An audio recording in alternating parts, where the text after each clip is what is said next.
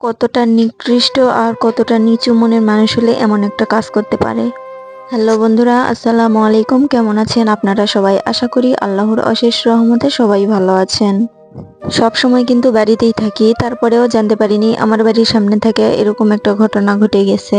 একবার আমার আব্বু এসে বাড়িতে বলল, তারপরে লোকজনের চিল্লাচিল্লিতে জানতে পারি আমার জামাই আজ থেকে 5-6 বছর আগে এই মসজিদে একটা মাইক দান করেছিল।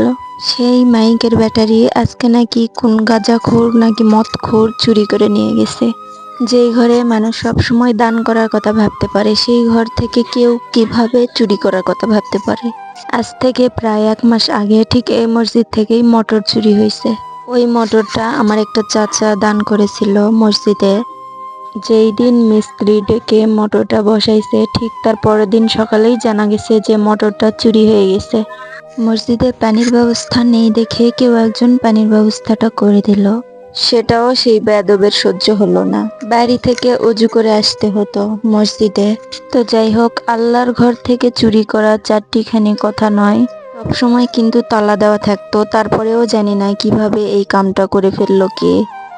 মসজিদের জন্য আরো কিন্তু সেফটি দেওয়া যেত, কিন্তু এই বলে দেয়নি যে গ্রামের মসজিদ আর গ্রামবাসীরা কে কি করবে। আল্লাহর ঘরের উপর কারো কুনজর বাজে নজর থাকতে পারে না।